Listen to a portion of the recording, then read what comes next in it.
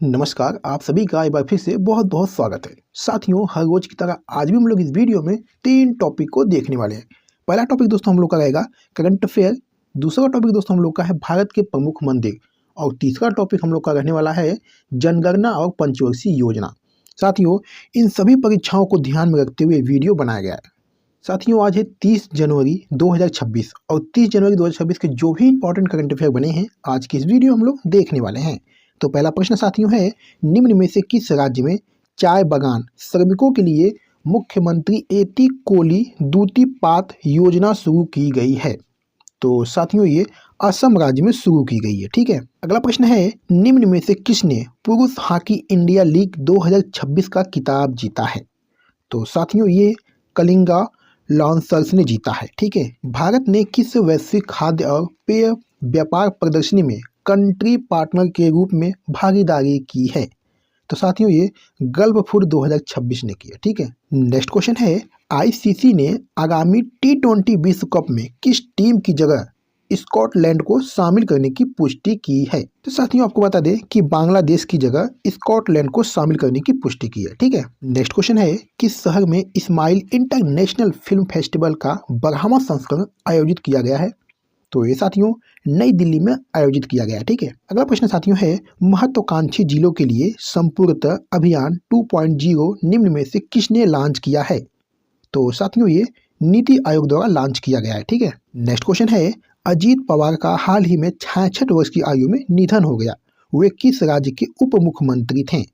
तो साथियों ये महाराष्ट्र राज्य के थे। ठीक है। नेक्स्ट क्वेश्चन है, किस देश ने हाल ही में 15 साल से कम उम्र के बच्चों के लिए सोशल मीडिया पर बैन लगाने को मंजूरी दी है?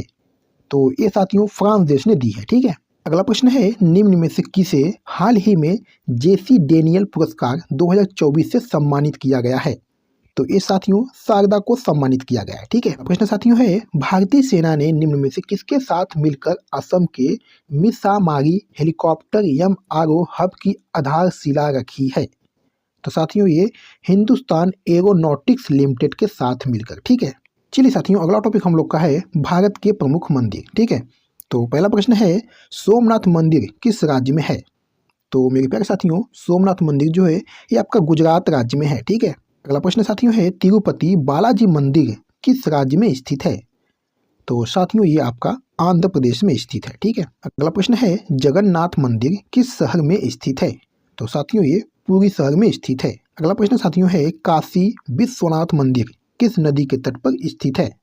तो मेरे प्यारे साथियों काशी विश्वनाथ मंदिर जो है ये साथियों गंगा नदी के तट पर स्थित है। ठीक है। अगला प्रश्न साथियों है, अक्षरधाम मंदिर कहाँ स्थित है? तो साथियों अक्षरधाम मंदिर जो है ये नई दिल्ली में स्थित है। अगला प्रश्न साथियों है, हेमिस मेला किस धर्म से संबंधित है? बताइएगा क्या बनेगा इस प्रश्न का सही आंसर। हेमिस मेला किस धर्म से संबंधित है?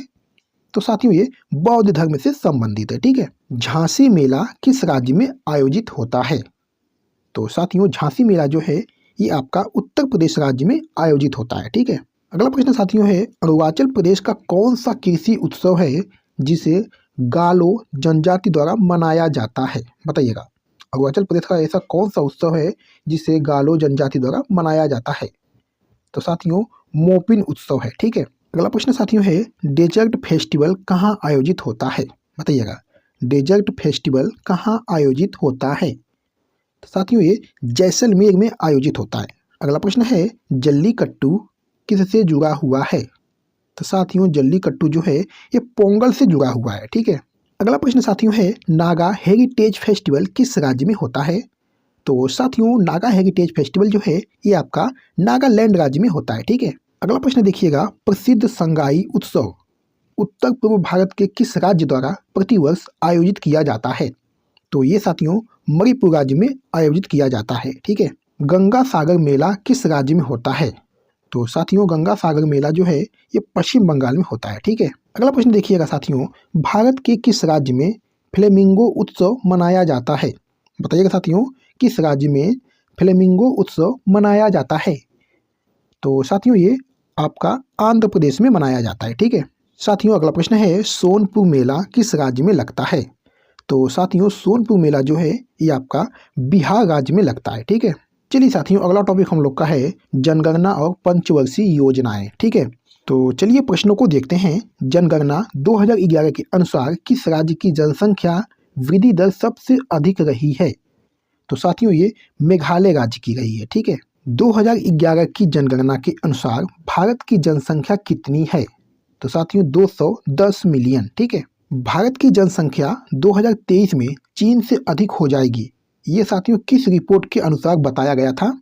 तो साथियों ये state of world population report के द्वारा बताया गया था। ठीक है, जनगणना 2011 के अनुसार भारत की जनसंख्या वृद्धि दर कितनी रही?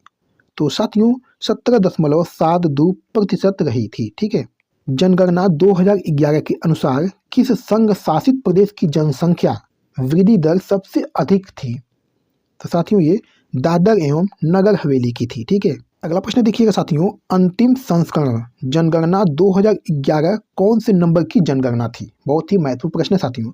2011 कौन से नंबर की जनगणना थी? तो साथियों आपको बता दें कि ये 15वीं जनगणना थी। ठीक है, भारतीय जनगणना 2011 कितनी भाषाओं में आयोजित की गई थी? तो साथियों ये 16 भाषाओं में आयोजित की गई थी। ठीक है, 2011 की जनगणना के अनुसार विश्व की कुल जनसंख्या में भारत की भागीदारी है। तो साथियों भारत की जो भागीदारी है ये लगभग दोस्तों 17.5% थी। ठीक है, गरीबी उन्मूलन किस पंचवर्षीय योजना पर केंद्रित थी? तो साथियों ये 5वीं पंचवर्षीय योजना। भारत में तीसरी पंचवर्षीय योजना कब शुरू हुई थी?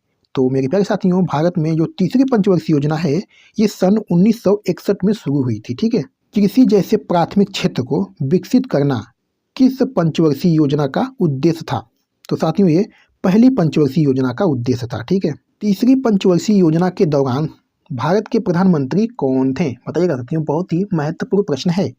तीसरी पंचवर्षीय योजना के दौरान भारत के प्रधानमंत्री कौन थे? तो साथियों ये जवाहरलाल नेहरू थे। ठीक है, भारत में तेजी से औद्योगिकरण लाने की योजना किस पंचवर्षीय योजना के दौरान बनाई गई थी? तो साथियों ये दूसरी पंचवर्षीय योजना के दौरान बनाई गई थी। ठीक है, भारत को आत्मनिर्भर बनाना किस पंचवर्षीय योजना का उद्देश्य था?